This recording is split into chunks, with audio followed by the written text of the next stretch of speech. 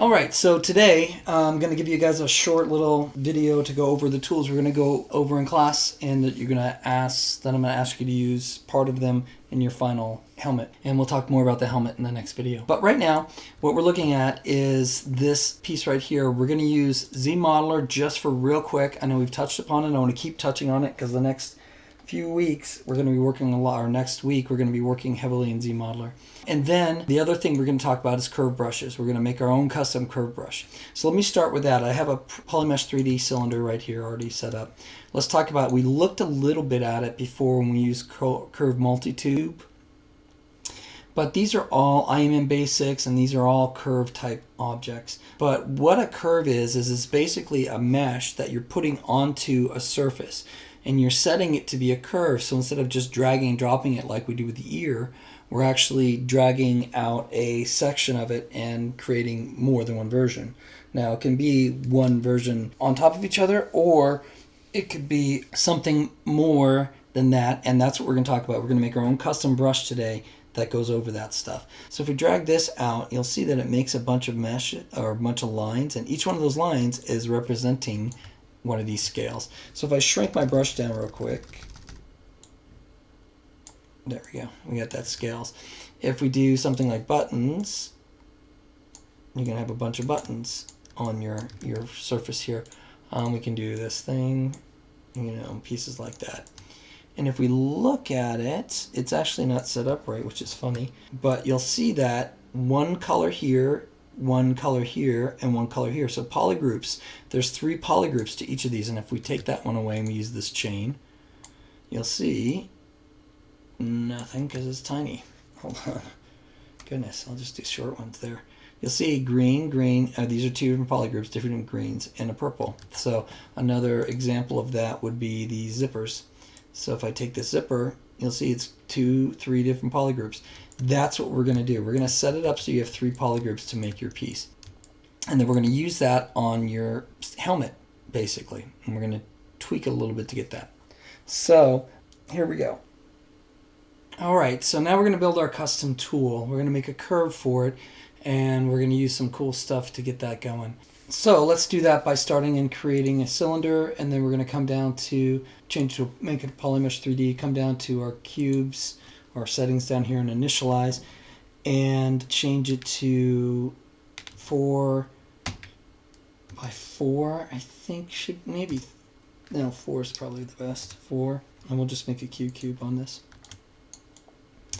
And I think, yeah, this is the directions, it's straight. So we've got it 4 up and 4 down. We want to look at this middle cube. When you're making anything inside a ZBrush for these brushes, you want to keep them low res enough. I mean, the zipper being the difference, but in most cases when you're making them, that way you can smooth them and do what you need to do. So we're going to go forward and take a look at this. We're going to have to do one little dance with it inside of the Zmodeler, but like I did last time, I'm going to show you some tricks and some stuff and get you more accustomed to it. So we're going to do that right away. I'm going to come into Zmodeler, and what we need to do is do a little bit of color adjustments of these polygroups, because polygroups are key, remember. So we're going to hold Control-Shift and drag everything to here. And then we're going to push, I probably do know the shortcut. I think it's Control-Shift-X, but I'm going to make sure it's right. Polygroups, or visibility, grow the visibility is Control-Shift-X. So if I Control-Shift-X, I get one more. So I just basically want everything but that front plane. So I'm going to do that and push Control-W, which will now change it all to one concise polygroup. And then I'm going to go Control-Shift and hold it, and then drag down to get the inverted plane. So now I have this one. But really what I want is this inside plane. So I'm going to hold Control-Shift and drag a box around it, and that will leave this being the only thing visible. And then I'm going to go Control and click, and it will make it shaded. And then if I don't even need to do that. If I just click, or Control-W, I'm sorry, it will make it its own polygroup. And then if I Control-Shift click off of here, or click off of here, I can see that everything is set up the way I want it to be. And the reason I want this to be this way is because I want to extrude inside of Zmodeler. And we talked about this before, that if you roll over Zmodeler, you'll see that there's the options, and usually it's on QMesh. for the polygons, and if I roll over the edge, I push spacebar, I get the options for the edge. If I roll over the vert and I push spacebar, I get the options for the vert. So I'm going to roll over the polygon and push spacebar, and I don't want QMesh. What I really want is extrude, and I changed that for me too earlier. But if what we really want is the flat poly group, because now that it's a poly group, if I grab it and I push click and drag, I'm now extruding on that poly group. Okay, pretty simple, pretty straightforward. Next thing I'm going to do real quick is come to, so what I'm thinking is I'm going to control shift, oops, not control shift, actually, you know what, control shift. So these are the only ones showing. Then I'm going to invert that, or invert it, so I do that. You know what, let's do it this way. We'll come up to our Zmodeler, so Zmodeler, and I'm going to roll over that edge and say move like this, and then I'm going to say edge. Really, I only care about this side anyway, so I'm going to move those two. Oh, maybe if I did X again. Yeah. Just like that. I'm going to move this one in just like this. Okay. Pull it back out. Do this so we can see it all. There we go. Okay. So, actually, you know what? We're just going to Control W. There. And then divide.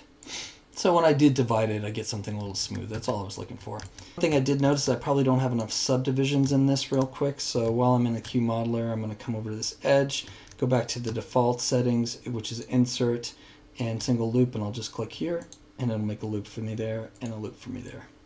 Okay.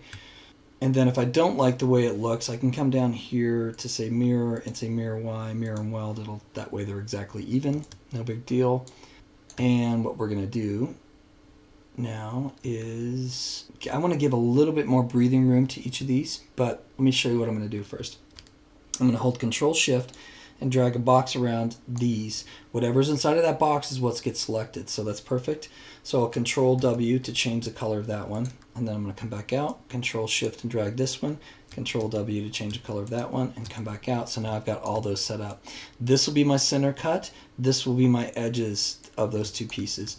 And then what I could do is just Control Shift and click on this one, Control Shift and click on this one, and hide itself. And then W, and what I'll do is I'll do a little bit of a mask and just gotta turn on my symmetry, transform, Y symmetry, and then interesting. There we go. I was like, why are you? There we go. Just to pull that out a little bit more. That's all I'm looking for. That center part's fine. Now I've got that set up. If I wanted to, I could cut around this edge and pull it up. We're going to do that more cube modeling stuff. But for now, that's it.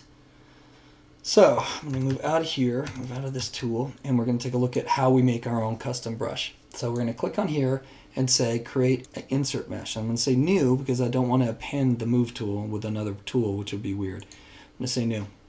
And I've got a tool now. So if I come over to my Polymesh 3D and I zoom back out and I drag across it, it just makes this big Lego or Paz looking thing, right? Well, that's not what we want, obviously. So how do we fix that problem? We got to come in here. We got to look at Z. This won't be right there. So we got to look at this brush, and we're going to say, let me get rid of some of this stuff here. We're going to say curve, and it's not going to be there. That's why we have to come over to stroke, and we'll click on curve. Okay. So now when I drag it out, it's a curve, and look at it's all laid out in the colors we talked about. But of course, there's something weird going on, so we don't want that. How do we fix that? We take our brush menu and we go to modify, because it couldn't be in curve or anything. And then we're going to go weld points, which does this, okay, which is cool. And then we're going to say stretch, which when we do that, it does this. It makes it a little bit smoother of a transition between pieces. And then what we really need to do is this. 11, let's do 20. And now we have it perfect. So when I draw on this object, I now have, obviously it doesn't eat itself there, but I now have it. And the size is, again, depending on the size of your brush. So if I shrink this down and I click, it makes it smaller. Okay. The last thing we want to do is shrink this in because I don't want it sticking out. We want to actually have two versions of this. So how do we do that? Two of those edges coming out. So we come in here, we go to our depth, just like we did with our mask brush, and we're going to pull it down. And I'm going to try about 15, negative 15, excuse me, negative 15, and try it again. It's almost there. We're really close because I didn't give myself a lot of room, but we could come back and adjust that. Negative 25.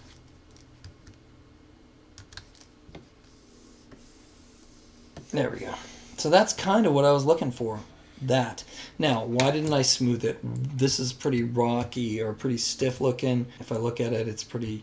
But the one thing that's great about these tools, like I said before, is that you can come in here, go split, and split mask points. And now I have these mask points as a separate piece.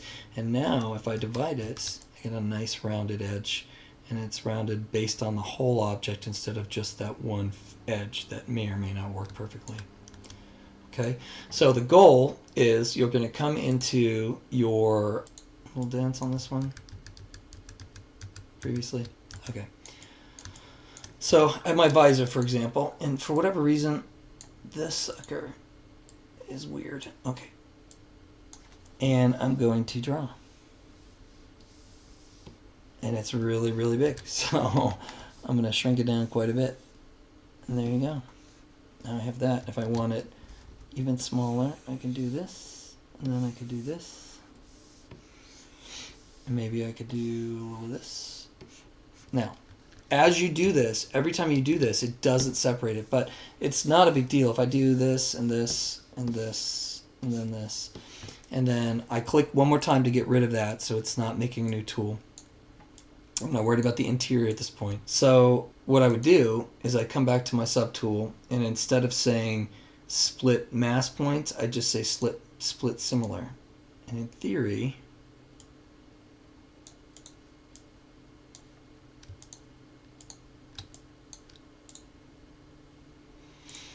all these pieces will now be separate, so I can come into them individually and go Control D, Control D, Control D. It's obviously easier if you do it at the time, but you know, sometimes you forget. I just don't want you to panic.